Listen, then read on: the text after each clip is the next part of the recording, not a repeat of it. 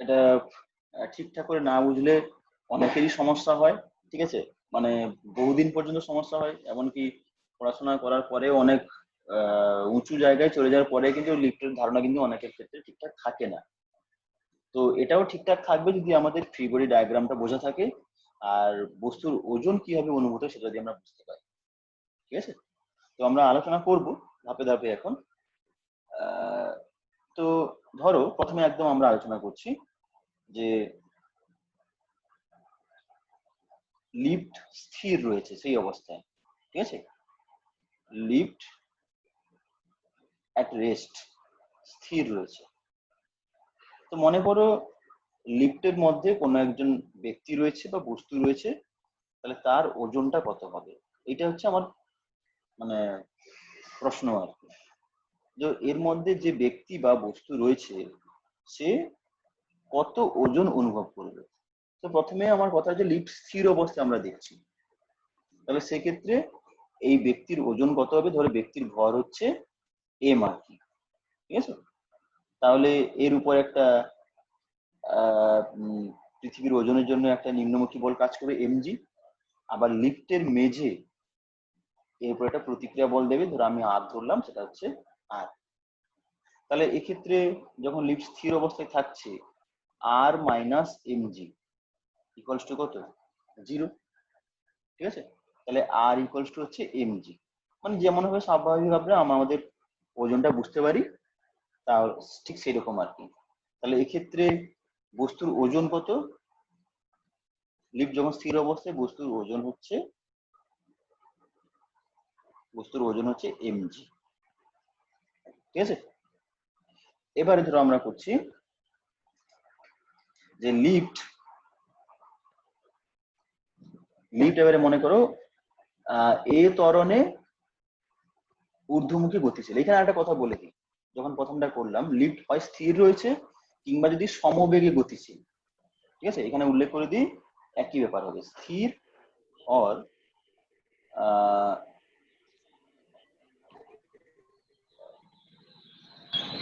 moves with uniform velocity,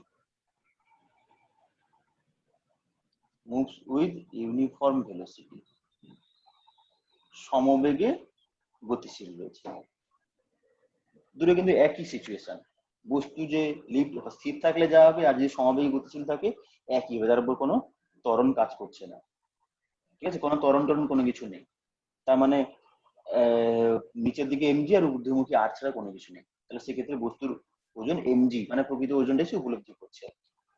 দ্বিতীয়ত আমরা আসছি লিফট ধরো এ ত্বরণে ঊর্ধ্বমুখী গতিশীল, ঠিক আছে? মুভস আপওয়ার্ড উইথ এক্সেলারেশন এ ত্বরণে ঊর্ধ্বমুখী গতিশীল, সেক্ষেত্রে বস্তুর ওজন কত? ঠিক আছে? তাহলে লিফটের মধ্যে বস্তুটা আমরা করি সবসময় ফ্রি বডি ডায়াগ্রাম। তাহলে এর ওজন রয়েছে এমজি, ঠিক আছে? লিফটের মেঝে দ্বারা প্রতিক্রিয়া বল রয়েছে আর, আলটিমেট বস্তুটা কি হচ্ছে না এ ত্বরণে উপরের দিকে যাচ্ছে। তাহলে ইকুয়েশন অফ মোশন কি হবে? আমি দেখছি তাহলে যেহেতু এ ত্বরণের উপরের দিকে যাচ্ছে নিশ্চয়ই আরটা বড়, তাহলে ইকুয়েশন অফ মোশন হবে আর মাইনাস এমজি, ঠিক আছে, ইকুয়ালস টু এম। তাহলে আর ইকুয়ালস টু কত হচ্ছে? এমজি প্লাস এম এ, বা এইভাবে লিখলাম এম ইন্টু জি প্লাস এ। তাহলে কি হবে? বস্তুর ওজন বেড়ে যাচ্ছে, কিন্তু লিফট যদি এ ত্বরণের উপর দিকে যেতে শুরু করে বস্তুর ওজন বেড়ে যাচ্ছে, তখন তার মানে বস্তু বা ব্যক্তি যদি বলি, বস্তু বা ব্যক্তি নিজেকে ভারী মনে করবে, নিজেকে বেশি ভারী মনে করবে। কেন মনে করবে? তার ওজন বেড়ে গেছে, প্রতিক্রিয়া বল যেহেতু বেড়ে গেছে, কারণ প্রতিক্রিয়া বলের সাহায্যে যদি বুঝতে পারে তার ওজন আছে কি নেই, ঠিক আছে? 3 হচ্ছে ধরো যে লিফট এ ত্বরণের নিচের দিকে নামছে, ঠিক আছে? moves downward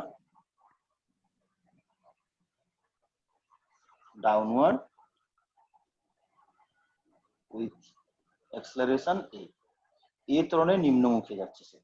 তাহলে সেক্ষেত্রে কি হবে, এক লাইনে করে দিই এখানে আমরা, mg ওজন, লম্ব প্রতিক্রিয়া আর, এ ত্বরণে নিচের দিকে নামছে। ঠিক আছে, তাহলে আর নিচের দিকে নামছে, তাহলে mg লিখবো, mg মাইনাস আর, ঠিক আছে, সমান কত হবে ma। ঠিক আছে, তাহলে আর ইকুয়ালস টু কত হচ্ছে mg মাইনাস ma বা m into g minus a। ঠিক আছে, তাহলে এখানে কি দেখছি, এখানে লম্ব প্রতিক্রিয়া কমে যাচ্ছে, তাহলে কি ব্যক্তি বা বস্তু নিজে কি মনে করবে, হালকা মনে করবে, এক্ষেত্রে হালকা মনে করবে, মনে হবে তার ওজন যেন কমে গেছে। ঠিক আছে,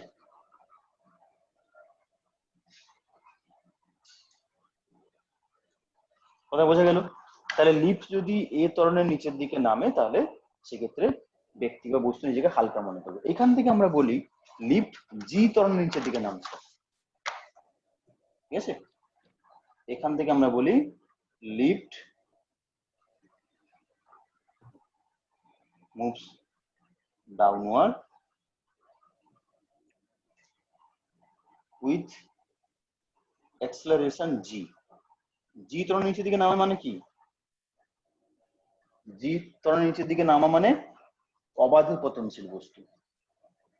ঠিক আছে, মানে অবাধে পতনশীল বস্তু মানে কত, জিপটা ফ্রিলি ফল করছে, ফ্রিলি ফলিং। লিফট মানে ধরো লিফট উপরে ঝুলেছিল, দড়িটা কেটে দেওয়া হলো আর কি, তখন লিফটে ছিঁড়ে পড়ছে আর কি, এরকম সিচুয়েশন যদি হয়, মানে ফ্রিলি ফলিং বা অবাধে পতনশীল লিফট, সেক্ষেত্রে কত হবে দেখে নাও, আমরা তো করেছি আগেও, এক্ষেত্রেও করব। তাহলে সেক্ষেত্রে mg মাইনাস, এটা ধরো আর, জি ত্বরণের নিচের দিকে নামছে, তাহলে mg minus R equals to mg, বা আগের ইকুয়েশন এখানে যা পেয়েছো, ঠিক আছে, এর জায়গায় জি বসিয়ে দাও, একই, আর equals to mg minus mg equals to 0। ঠিক আছে, তাহলে ব্যক্তি নিজে কি মনে করবে, তাহলে এক্ষেত্রে নিজেকে ভারহীন মনে করবে, নিজেকে ভারহীন মনে করবে। ক্লিয়ার? তো আগে পেয়েছো সেই ইকুয়েশনটা, সেইখানে বসিয়ে দিতে পারে, mg মাইনাস ma ছিল, এখানে a ইকুয়ালস টু g বসালেই দেখো আর ইকুয়ালস টু 0, একই ব্যাপার।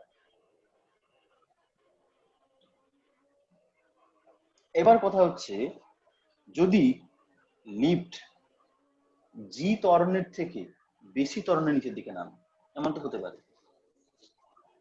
ঠিক আছে, মানে অভিকর্ষ ত্বরণ যা তার থেকে যদি বেশি ত্বরণের নিচের দিকে নামে তখন কি হবে, তাহলে ধরো লিফট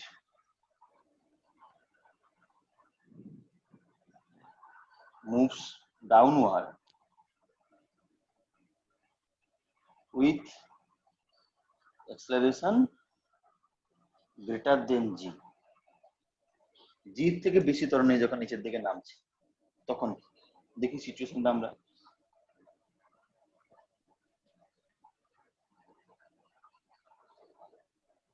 ধরো mg, এটা আর, সাপোজ ত্বরণটা ধরলাম a গ্রেটার দেন জি, তাহলে mg minus R equals to ma, বা আর ইকুয়ালস টু কত হচ্ছে না mg মাইনাস ma বা m into G minus A. তো এইখানে কি দেখছি না এ গ্রেটার দেন হচ্ছে জি, এ গ্রেটার দেন জি হলে তাহলে আমার কি হচ্ছে, আরটা লেস দেন 0 বা আর নেগেটিভ, আরটা ঋণাত্মক হচ্ছে, বেশ মজার ব্যাপার আর কি। আর যখন পজিটিভ ছিল তখন বস্তু কি ছিল, লিফটের মধ্যে স্থির হয়ে দাঁড়িয়েছিল, বা তার লম্ব প্রতিক্রিয়ার জন্য, লম্ব প্রতিক্রিয়া পজিটিভ মানের জন্য কিন্তু সে মেঝেতে সে দাঁড়িয়ে রয়েছে। এবারে কিন্তু লম্ব প্রতিক্রিয়ার নেগেটিভ মান, ঠিক আছে? তাহলে কি হবে, কি হতে পারে বলো দেখি? পজিটিভ মানের জন্য সে কিন্তু মেঝের সাথে জুড়ে ছিল, নেগেটিভ মানের জন্য কি স্যার হবে? এটার সঙ্গে তাহলে জুড়ে থাকবে না? জুড়ে শুধু থাকবে না, জুড়ে না থাকলেও তো ধরো সেটা আরটা জিরো হয়ে গেল, আমি সাপোজ ধরলাম, জাস্ট উঠে হ্যাঁ ভেসে থাকলো, কিন্তু তখনও কিন্তু আর এর হ্যাঁ, মান ক্রমশ রয়েছে। তাহলে কি হবে, ব্যক্তিটা ক্রমশ উপরের দিকে তাহলে উঠতে স্যার থাকবে। উপরের দিকে লেগে যাবে, মানে ছাদে। একদম, তার মাথা লেগে যাবে ছাদে, ঠিক আছে? কথা বোঝা গেল? মানে উপরের দিকে উঠতে থাকবে, যদি মাথা না থাকতো সে তাহলে আরো উপরের দিকে উঠতো, এরকম ব্যাপারটা, মানে লিফটটা যেরকম বড় হতো। তাহলে এক্ষেত্রে কি হবে, এক্ষেত্রে হবে এই যে সিচুয়েশনটা, তাহলে ব্যক্তি বা বস্তু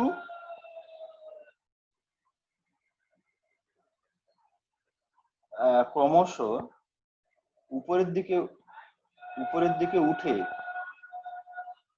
দিকে উঠতে থাকবে এবং ছাদে মাথা লেগে যাবে, ঠিক আছে? ছাদে মাথা লেগে যাবে, মাথা লেগে তারপরে কি হবে, ঊর্ধ্বমুখী প্রতিক্রিয়া আবার মাথা থেকে যে প্রতিক্রিয়া, দুটো ব্যালেন্স হয়ে যাবে আর কি একসময়, বুঝতে পারছো? মাথা লেগে যাবে।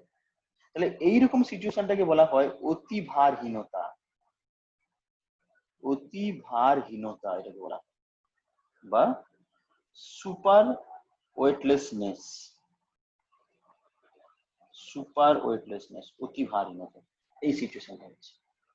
ক্লিয়ার?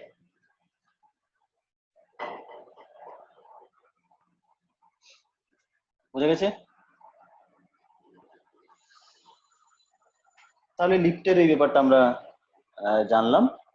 এবারে আমরা আলোচনা করছি আর একটা গুরুত্বপূর্ণ ব্যাপার, এটা খুবই গুরুত্বপূর্ণ ব্যাপার, এটা নিয়ে তোমরা বইতেও সরাসরি পাবে না, কিন্তু প্রবলেম করার জন্য এটা আমাদের খুবই কাজে লাগবে এই কনসেপ্টটা, ঠিক আছে?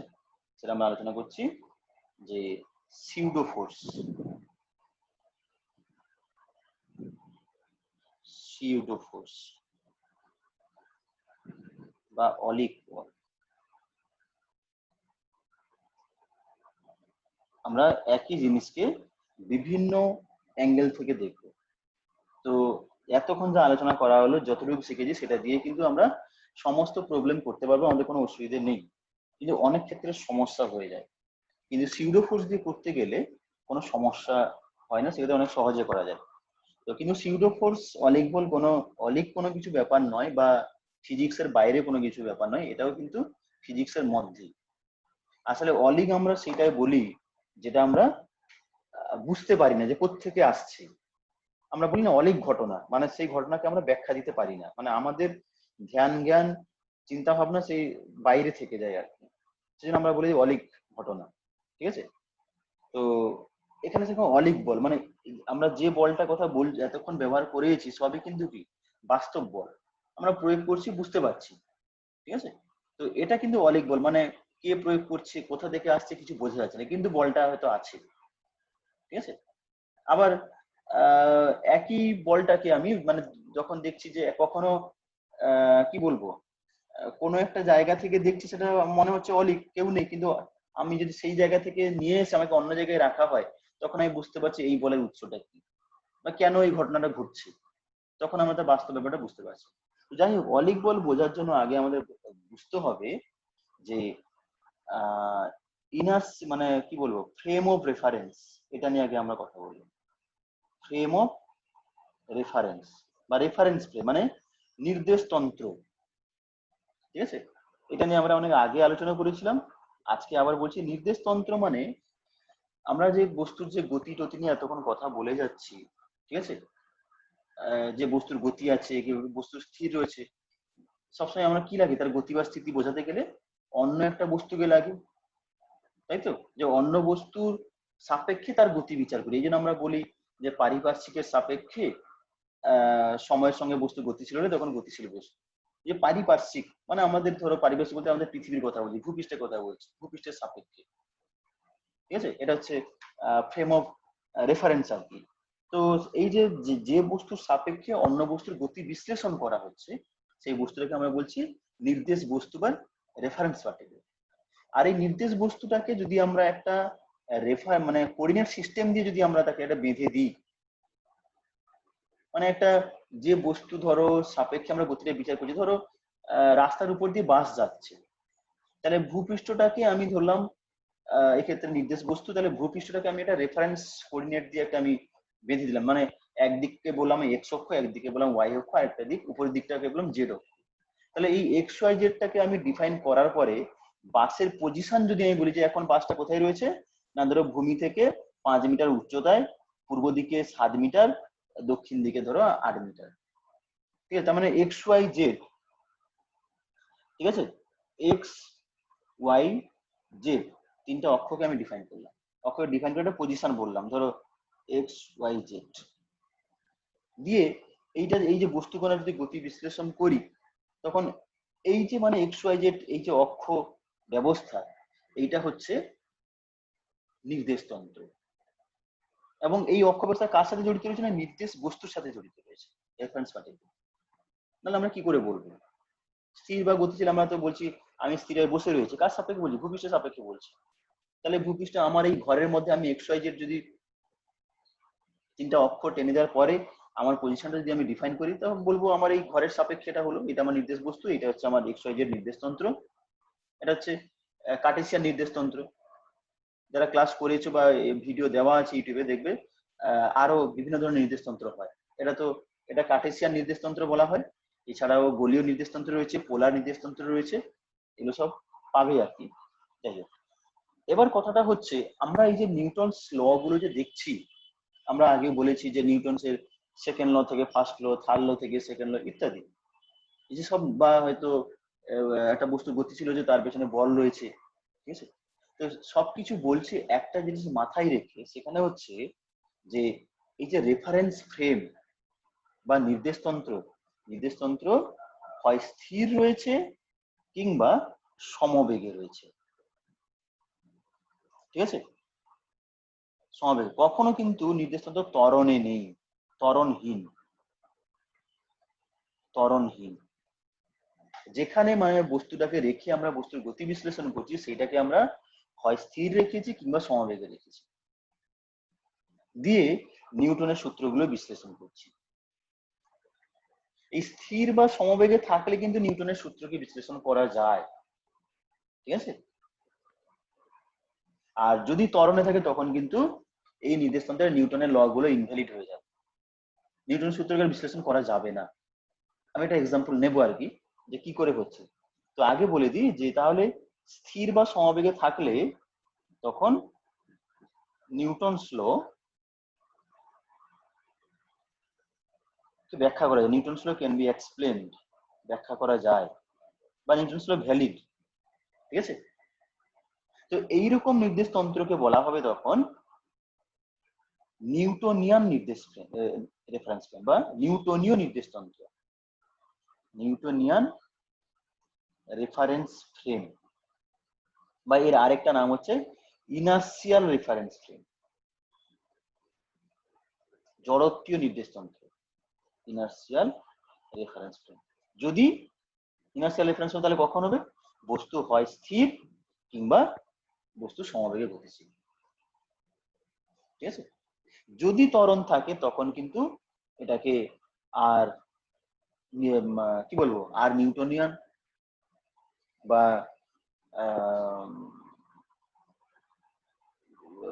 ইনার্সিয়াল রেফারেন্স ফ্রেম বলা যাবে না, তখন এটা হয়ে যাবে নন ইনার্সিয়াল রেফারেন্স ফ্রেম বা নন নিউটোনিয়ান, নন ইনার্সিয়াল রেফারেন্স ফ্রেম, যখন ত্বরণে থাকবে, ঠিক আছে? যখন নির্দেশতন্ত্র ত্বরণে থাকবে।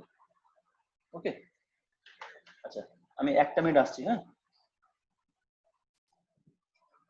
তো তাহলে কথাটা হচ্ছে যে যখন ত্বরণে থাকবে না, তখন হচ্ছে নিউটনিয়ান নির্দেশ ফ্রেম বা নিউটনের ল গুলো তখন ভ্যালিড, ব্যাখ্যা করা যাচ্ছে। আর যখন ত্বরণে থাকছে তখন কিন্তু ব্যাখ্যা করা যাচ্ছে না। এটা একটা এক্সাম্পলের সাহায্যে আমরা ব্যাখ্যা করছি। ধরো কিরকম ব্যাপারটা, ধরো ট্রেনের মধ্যে বসে রয়েছে, ঠিক আছে, ট্রেনের মধ্যে বসে রয়েছে, সেই ট্রেনে তুমি দেখছো তার মেঝেতে একটা ট্রেনের মেঝেতে একটা বল ছিল, ঠিক আছে, ট্রেনের মেঝেতে একটা বল ছিল। ট্রেনটা আহ তুমি ট্রেনের মধ্যে রয়েছো, তো তো ট্রেনটা কি হবে, গতিশীল না স্থির, তুমি তো বাইরে থেকে দেখে বুঝতে পারছো না, ঠিক আছে, তুমি বাইরের দিকে তাকালে তবে তুমি বুঝতে পারবে আর কি, ভেতরে থেকে বুঝতে পারছো না। তো আমি তো ট্রেনের চালক, আমি বুঝতে পারছি কি ব্যাপারটা হচ্ছে। তো ট্রেন এতক্ষণ স্থির ছিল, বলটা তার মধ্যে স্থির রয়েছে। হঠাৎ করে ট্রেনটা চলতে শুরু করলো মানে কি, ট্রেনের একটা ত্বরণ থাকলো, ঠিক আছে, তাহলে যখনই ট্রেনটা চলতে শুরু করলো তখন হঠাৎ দেখা গেল বলটা পেছনের দিকে গড়াতে শুরু করেছে, পেছন দিকে গড়িয়ে গেল, বা তুমি যে ট্রেনের মধ্যে বসলে তুমি পেছন দিকে একটু কি বলে হেলে গেলে আর কি। তো বলটা পেছন থেকে গড়ে যাওয়া বা এই যে পেছন দিকে হেলে যাওয়া, ঠিক আছে, ট্রেনের মধ্যে বসে এর কারণটা আমরা বুঝতে পারবো না, যে কি করে হচ্ছে, যে কেন হলো, কেন আমি তো জানি না যে কেন ট্রেনের মধ্যে বসে রয়েছে কিন্তু কেন এটা পেছন দিকে গড়িয়ে গেল। আমার নিউটনের সূত্র বলছে স্থির বস্তু চিরকাল স্থির থাকবে, কিন্তু এখানে তো স্থির বস্তু স্থির থাকছে না, এখানে দেখা যায় স্থির বস্তুটা সে একটা ত্বরণ নিয়ে বিপরীত দিকে চলে যাচ্ছে, ঠিক আছে। তাহলে এই যে মানে এর যে গতির উৎস বা এই বলের কারণটা আমরা ট্রেনের মধ্যে বসে বুঝতে পারলাম না, ঠিক আছে। তখন আমাদের মনে হচ্ছে যে নিশ্চয়ই কেউ একটা এ যাচ্ছে এদিকে, মানে কেউ একটা বল দিচ্ছে পেছন দিকে, নাহলে যাবে কেন, কে দিচ্ছে সেটা আমরা জানি না, যেটা কোনো ভুতুড়ে বল আর কি, যে এর উপর একটা অলিক বল কাজ করছে, তখন আমরা বলছি, ঠিক আছে, তখন আমরা বলছি যে এখানে একটা অলিক বল কাজ করছে, আমরা এইভাবে বলছি, যেহেতু তার কারণটা আমি খুঁজে পাচ্ছি না। কথা বোঝা গেল? কিন্তু এই ঘটনাকে আমি যদি প্ল্যাটফর্ম থেকে দেখি, ট্রেনের বাইরে থেকে দেখি, তখন কিভাবে দেখব? তখন আমি তো জানি, তাহলে ট্রেনের মধ্যে থেকে এটাকে আমি বলছি এখানে একটা অলিক বল কাজ করছে ভেতরে ট্রেনের। আমি বাইরে থেকে আবার দেখবো, প্ল্যাটফর্ম থেকে দেখছি, প্ল্যাটফর্ম মানে কি, তখন আমার নির্দেশ তন্ত্রটা কোথায়, মানে অবজারভার যেখান থেকে দেখছে সেটাই নির্দেশ তন্ত্র, সোজা কথা। অবজারভার মানে যার সাপেক্ষে গতিটা বিশ্লেষণ করছে, পর্যবেক্ষক। এখন পর্যবেক্ষক ছিল ট্রেনের ভেতরে, মানে ত্বরণযুক্ত নির্দেশ তন্ত্রে, সেই জন্য তার গতির কারণ আমরা বুঝতে পারিনি, নিউটনস লকে কাজে লাগাতে পারিনি, নিউটনস ল সেখানে ইনভ্যালিড হয়ে যাচ্ছে। কিন্তু অবজারভারকে আমি বাইরে নিয়ে চলে এলাম, মানে আমি নিজেকে বাইরে নিয়ে চলে এলাম, প্ল্যাটফর্ম থেকে দেখছি, তখন আমি কি দেখছি, যে বলটা এতক্ষণ স্থির ছিল, ঠিক আছে, বলটা এতক্ষণ স্থির ছিল, এবারে হঠাৎ করে কেন পিছিয়ে গেল, আমরা দেখছি যে ট্রেন হঠাৎ করে সামনের দিকে চলতে শুরু করলো, শুরু করার জন্য তার স্থিতিজাড্যের জন্য সে হঠাৎ করে পেছনের দিকে চলতে শুরু করলো। তাহলে এই একই ঘটনাকে বাইরের ব্যক্তি যে বাইরে রয়েছে বা বাইরের যে অবজারভার, সে ব্যাখ্যা করছে জাড্যের সাহায্যে, ইনার্সিয়ার সাহায্যে। ইনার্সিয়ার একটা বাস্তব কারণ, সে তাহলে একই ঘটনা বাইরের ব্যক্তি দেখছে এটা জাড্যের সাহায্যে ব্যাখ্যা করছে, ভেতরের ব্যক্তি ব্যাখ্যা করছে অলিক বলের সাহায্যে। দুজনে কিন্তু ঠিক, এ ভেতরে রয়েছে বলে,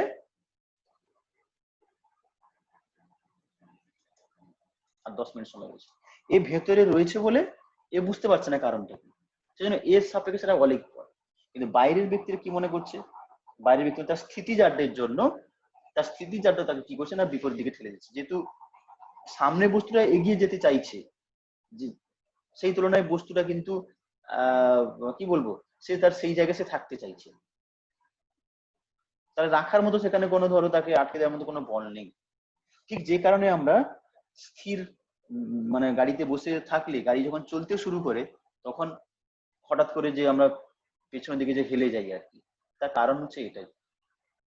আমরা ভেতরে বসে মনে হচ্ছে হঠাৎ করে হেলে গেলাম, আমরা বলবো যে অলিক বলের জন্য হেলে গেলাম, ঠিক আছে, কিন্তু বাইরে থেকে বলবো কি জাড্যের জন্য আমরা এরকম পিছিয়ে গেলাম, ঠিক আছে, যেটা আমরা ব্যাখ্যা করেছি নিউটনের সূত্র। তাহলে নিউটনের সূত্র প্ল্যাটফর্ম থেকে ব্যাখ্যা করা যাচ্ছে, বাইরে থেকে ব্যাখ্যা করা যাচ্ছে, যে সেখানে স্থির বস্তু চিরকাল স্থির, গতিশীল বস্তু সমবেগে গতিশীল, এবং হঠাৎ করে চলতে শুরু করলে জাড্ডের জন্য পিছিয়ে যাচ্ছে, এটা ব্যাখ্যা করা যাচ্ছে। কিন্তু ভেতরে ভেতরে কিন্তু ব্যাখ্যা করা যাচ্ছে না। ঠিক আছে, ভেতরে যখন আমরা বলছি না এখানে কোনো একটা অলিক বল রয়েছে। ঠিক আছে, তো এই হচ্ছে এই ব্যাপারটা, এটা হচ্ছে অলিক বল। আমরা আরো একটা এক্সাম্পল নিচ্ছি।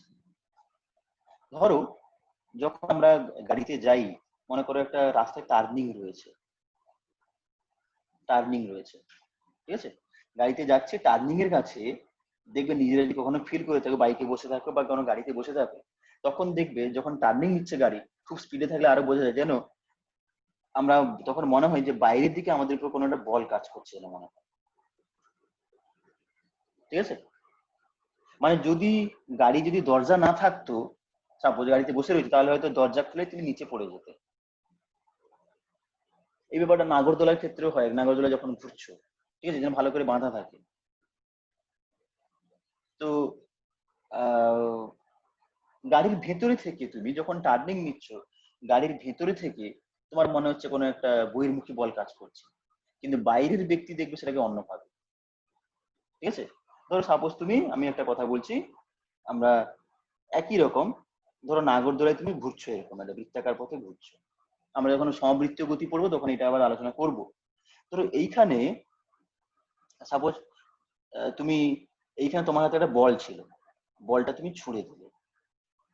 ঠিক আছে, বলটা ছুঁড়ে দিলে, মানে ছুঁড়লে না, বলটা তুমি ছেড়ে দিলে আর কি, ভুল বললাম, ছুঁড়ে না দিয়ে ছেড়ে দিলে, জাস্ট ছেড়ে দিলে। তো এখানে তুমি কিছুক্ষণ পরে নাগরদোলা ঘুরছে, তুমি আবার এই জায়গায় এলে, এই জায়গায় এলে। ঠিক আছে, তখন যখন তুমি এই জায়গায় চলে এসছো, তখন বলটা মনে করে এই জায়গায়, তোমার কি মনে হবে যে এখানে যে দূরত্বে তোমার বলটা ছিল, এখানে দূরত্ব বেড়ে গেছে।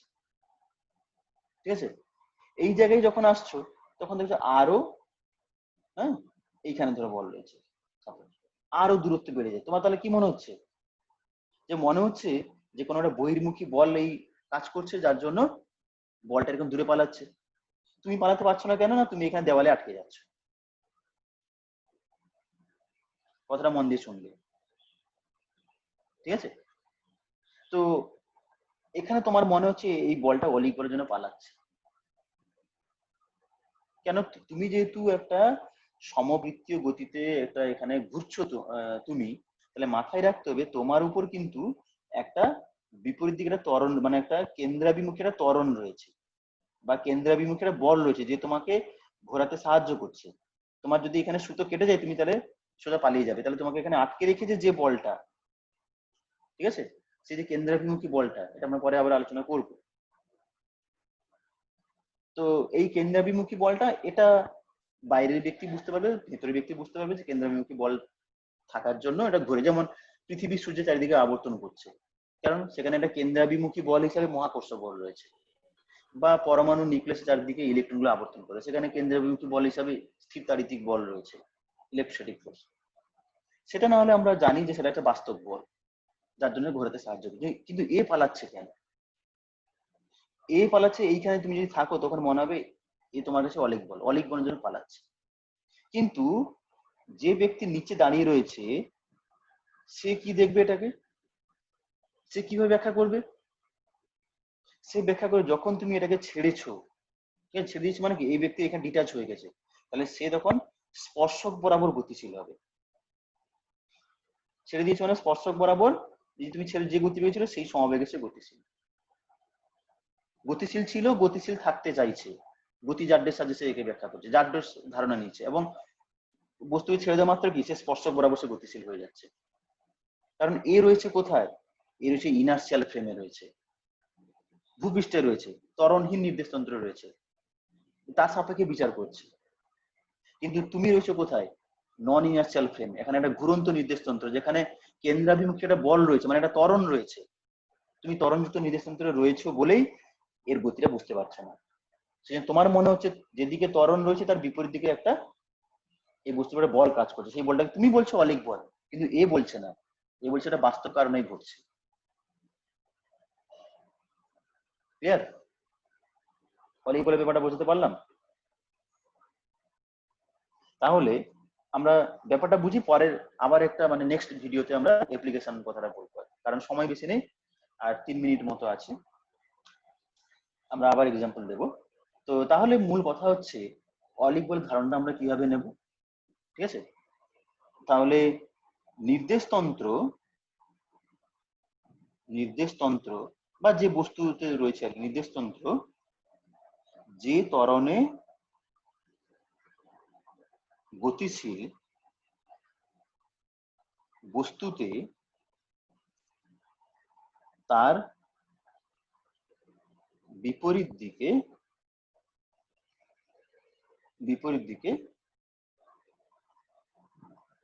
অলিক বল ক্রিয়া করে,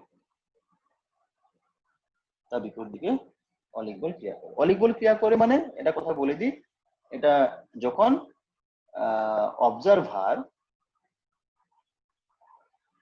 অবজারভার মানে ওই কি বলবো, ওই ত্বরণযুক্ত নির্দেশতন্ত্র রয়েছে আর কি, এক্সেলারেটেড রেফারেন্স ফ্রেম, মানে যে রেফারেন্স ফ্রেমের কথা আমরা বলছি এটার কথা বলছি আর কি, যে নির্দেশতন্ত্র ত্বরণযুক্ত নির্দেশতন্ত্র থাকলে তখন মনে হয় তার বিপরীত দিকে বল কাজ করে। কত বল কাজ করে এটা কথা বলছি, যে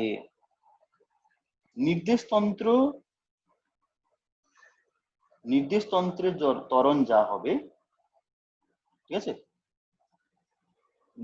অলিক বলের জন্য বা সিউডো ফোর্সের জন্য বস্তুর অলিক বলের জন্য নির্দেশতন্ত্রের বিপরীতে বা নির্দেশতন্ত্রের ত্বরণের বিপরীতে বস্তুর ত্বরণ তাই হবে, বস্তু ত্বরণ হবে আর কি। তাহলে অলিক বলের জন্য নির্দেশতন্ত্রের ত্বরণের বিপরীতে বস্তুর ত্বরণ, ঠিক আছে? তার মানে আমি যদি বলি যে ধরো এখানে যে এক্সাম্পল নিচ্ছি, ধরো ট্রেন আমার হঠাৎ এই ত্বরণে গতিশীল, ট্রেনের উপর এই বলের ভর হচ্ছে এম, ঠিক আছে? তাহলে এর উপর অলিক বল কাজ করবে কত বিপরীত দিকে, না এম ইন্টু এ, ঠিক আছে?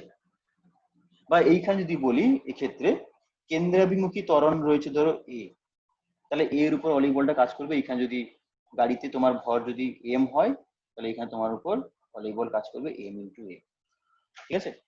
কেন্দ্র বহির্মুখী একটা অলিক বল তুমি অনুভব করবে, কথা বোঝা গেল? তাহলে তুমি যখন মানে এখানে ঘুরছো তখন বুঝতে পারছো আর কি, আমি যেটা বলছিলাম যে এই ঘটনাটাকে তুমি গাড়ির মধ্যে থেকে মনে হবে যে বাইরে থেকে বল দিচ্ছে, রাস্তার লোক মনে করবে কি যে তুমি তো সোজা ছিলে, সোজা যেখানে বসেছিলে সেইখানে তুমি থাকতে চাইছো, সেই জন্য তুমি বাইরের দিকে পালাতে চাইছো, কিন্তু গাড়ি তোমাকে ভেতরের দিকে নিয়ে আসছে, এই জন্য তোমার এই সিচুয়েশনটা হচ্ছে আর কি, ঠিক আছে? আচ্ছা,